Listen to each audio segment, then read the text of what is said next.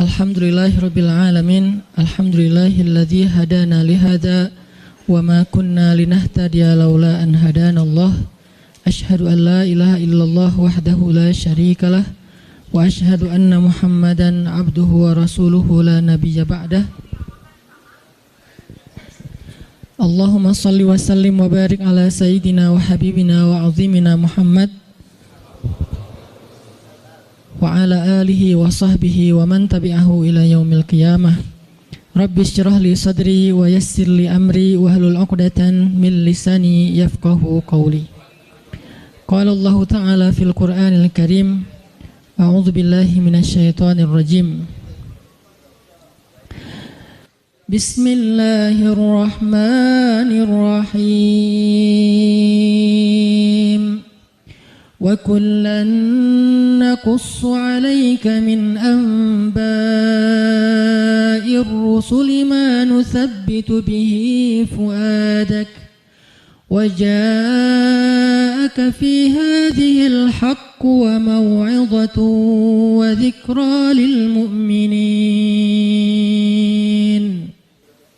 Dan semua kisah-kisah Rasul kami ceritakan kepada engkau Muhammad, agar dengan kisah itu kami teguhkan hatimu, dan di dalamnya telah diberikan kepada engkau kebenaran, nasihat, dan juga ada peringatan bagi orang-orang yang beriman. Bismillahirrahmanirrahim. Nahnu naqussu 'alaika ahsanal qasasi bima awhayna ilaika hadzal Qur'an wa in kunta min qablihi laminal ghafilin. Kami menceritakan kepada engkau Muhammad kisah yang paling baik dengan mewahyukan Al-Quran ini kepadamu, dan sesungguhnya sebelum itu engkau termasuk orang-orang yang tidak mengetahui. Shadaqallahul azim.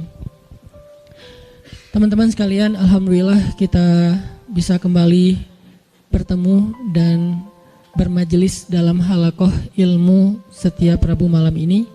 Dan di akhir tahun ini kita memulai satu halaqah baru dalam kajian sharing Rabu malam, yaitu halaqah Darsus Sirah atau mempelajari Sirah Nabawiyah. Kita coba untuk mendalami kisah-kisah atau cerita dan sejarah dari kehidupan orang yang paling mulia, yang paling agung, yang rasa-rasanya nggak ada yang lebih pantas untuk kita pelajari kehidupannya dan kita kenal sosoknya daripada Muhammad Rasulullah SAW. Sampai targetnya apa? Sampai kita bisa mengenal Nabi lebih daripada kita mengenal keluarga kita. Itu baru kita disebut dengan orang yang mencintai Nabi. Jadi kalau kita bilang mencintai Nabi tapi kita nggak terlalu kenal Nabi, cuman tahu namanya dan tahu sepenggal dua penggal kisah yang nggak terlalu jelas tentang beliau, kayaknya ucapan kita itu belum terbukti. Karena orang yang mengenal seseorang baru disebut mengenal kalau dia tahu betul tentang cerita orang itu. Misalnya kita mengatakan saya kenal fulan, saya sahabatnya fulan, apalagi sampai mengatakan saya mencintai fulan. Kita nggak mungkin mengatakan itu kalau kita nggak kenal orangnya. Kalau sampai kita mengklaim mengenal Nabi tapi kita nggak tahu apa-apa tentang Nabi kecuali secuil kisah, berarti jangan-jangan kita belum jujur. Nah, harusnya seperti apa kita mengenal Nabi? Kalau seandainya kita mau melihatnya dari angle yang benar, harusnya kita mengenal Nabi lebih daripada kita mengenal keluarga kita. Karena ketika Umar bin Khattab datang kepada Nabi dan mengatakan, "Ya Rasulullah, aku mencintaimu lebih daripada apapun selain diriku," maka Nabi mengatakan, "Belum cukup wahai Umar." Lalu Umar meralatnya mengatakan, "Aku mencintaimu lebih daripada diriku sendiri," maka kata Nabi, "Al-an ya Umar, sekarang baru cukup wahai Umar." Salah satu pelajaran dalam adegan itu adalah harusnya kita mengenal Nabi bahkan lebih daripada diri kita sendiri. Kita mengenal Nabi lebih daripada keluarga kita.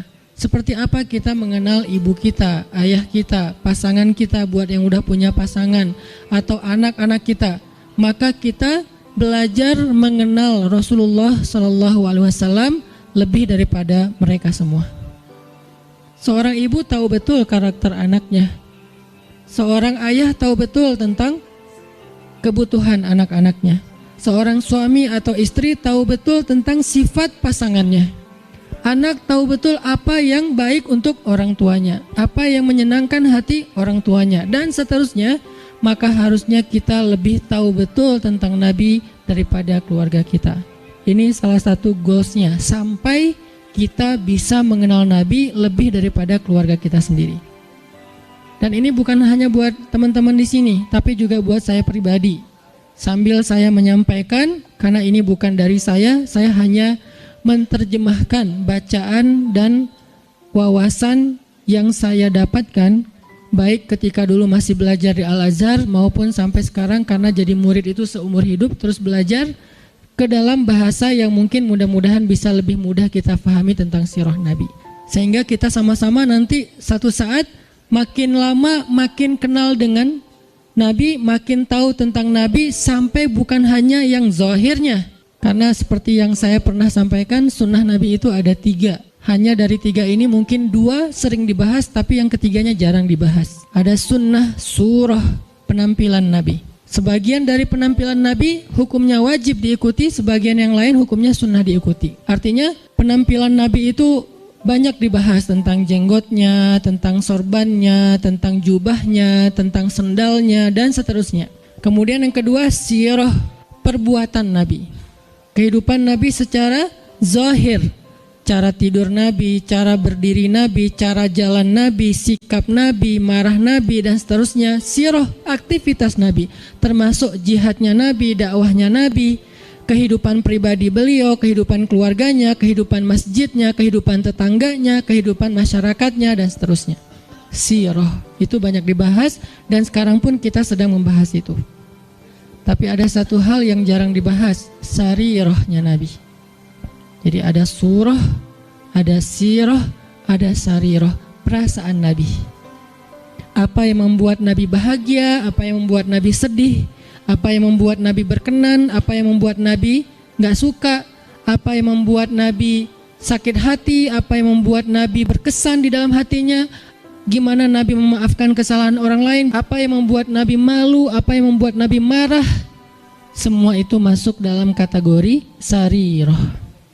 Gimana Nabi orangnya sangat menjaga perasaan, sehingga paling gak suka menyinggung orang lain atau memberatkan orang lain, membebankan orang lain. Itu namanya sarirah.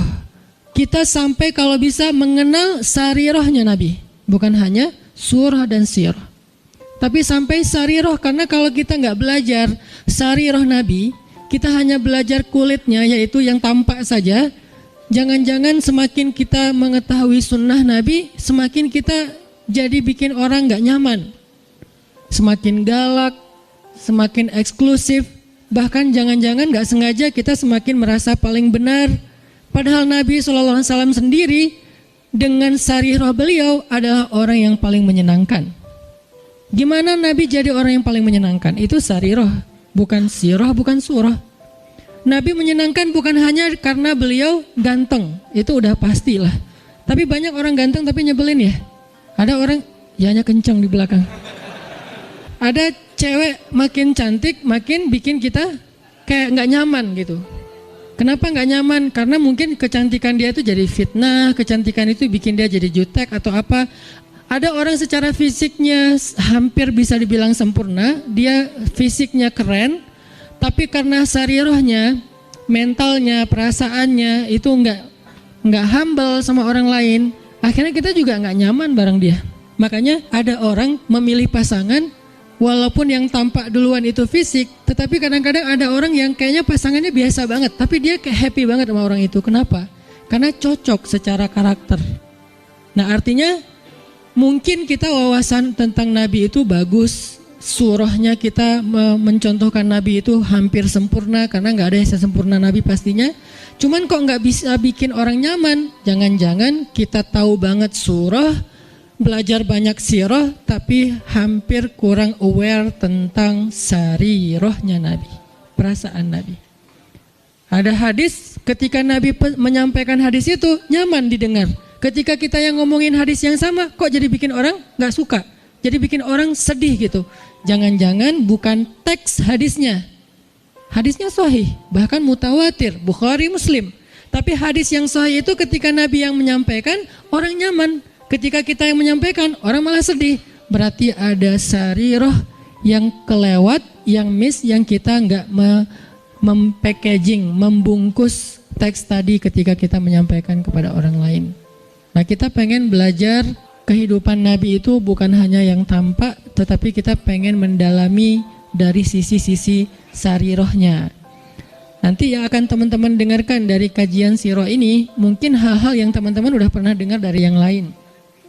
Karena kajian sirah itu banyak ustadz-ustadz yang menyampaikan. Apalagi kalau teman-teman ngerti bahasa Arab, buka di YouTube dicarinya pakai bahasa Arab, itu akan lebih dahsyat lagi. Cuman kenapa kok tetap perlu mendengar? Mungkin kalau pelajarannya sama, refresh, recharging iman. Kalau enggak, maka pasti ada angle yang berbeda. Objeknya sama, kejadiannya sama, peristiwanya sama, tapi ibrahnya berbeda. Kenapa ibrahnya berbeda? Karena interpretasi dan sudut pandang berbeda. Kok bisa kayak gitu? Karena semua tentang Nabi itu adalah mutiara. Dilihat dari mana aja bercahaya. Ada yang cahayanya dari sebelah sini. Wah, saya lihat dari sini ada ibrah, pelajaran penting, petunjuk hidup. Kata yang lain, dari sebelah sini juga ada petunjuk, banyak. Jadi nggak bisa kita hanya menyimpulkan kehidupan Nabi dari satu sudut pandang, saking sempurnanya kehidupan beliau. Nggak ada syubhatnya. Kalau ada yang nggak kita ngerti, bukan syubhat. Syubhat itu apa? Hal-hal yang meragukan, yang nggak penting, yang sia-sia itu nggak ada dalam kehidupan beliau.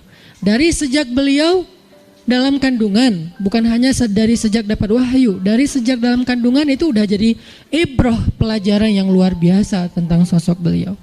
Makanya saya pikir udah waktunya kita untuk nambah menu dalam kajian Rabu malam kita yang udah berjalan lebih dari 5 tahun. Sebetulnya kajian Rabu malam ini udah berjalan lebih dari 10 tahun teman-teman. Karena sebelum ada Pemuda Hijrah, Rabu malam udah ada kajian saya di Masjid Al-Latif. Cuman dulu kajiannya yang hadir paling 15 orang, 20 orang. Kalau Persib lagi main libur ya. Alhamdulillah kemudian dengan adanya Pemuda Hijrah kita kerja dakwah bareng-bareng jadi rame, kemudian jadi berkembang. Artinya dulu tuh kajian kita tuh udah sempat masuk ke level apa, kemudian kita coba lightkan lagi supaya semua orang bisa nyaman dengan bahasa-bahasa taklim. Dulu udah agak bold tuh. Makanya saya bilang dulu kajian kita tuh membahas tentang rijal, para tokoh-tokoh kesatria Islam. Saya pernah bahas Ikrimah anaknya Abu Jahal, seberapa kerennya Ikrimah. Saya bahas juga tentang kisahnya Imam Hasan Al-Basri, Ibnul Musayyib, Umar bin Abdul Aziz, sampai yang terakhir sebelum datangnya Pemuda Hijrah kita membahas Nuruddin Zinki. Dulu tuh udah sampai ke pembahasan rijal, tokoh-tokoh Islam. Tapi karena kebutuhan dakwah dengan segmen yang lebih luas, kita pakai menu yang lebih light lagi. Sekarang cengeknya dikurangin, ya. Jadi light, jadi semua orang bisa makan, anak kecil juga bisa makan nasi gorengnya. Tapi itu udah berjalan 5 tahun. Sekarang saatnya pakai tambahan cengek, lebih lada dikit. Supaya apa? Supaya lebih nikmat, supaya lebih kerasa. Nah ini kita tambahin dengan sirah. Saya pikir semua teman-teman yang hadir di sini adalah orang-orang yang udah lama ngaji, udah rajin ngaji, udah ngejar taklim. Yuk belajar sirah sama-sama sampai kita mengenal sosok Nabi seperti kita mengenal keluarga kita.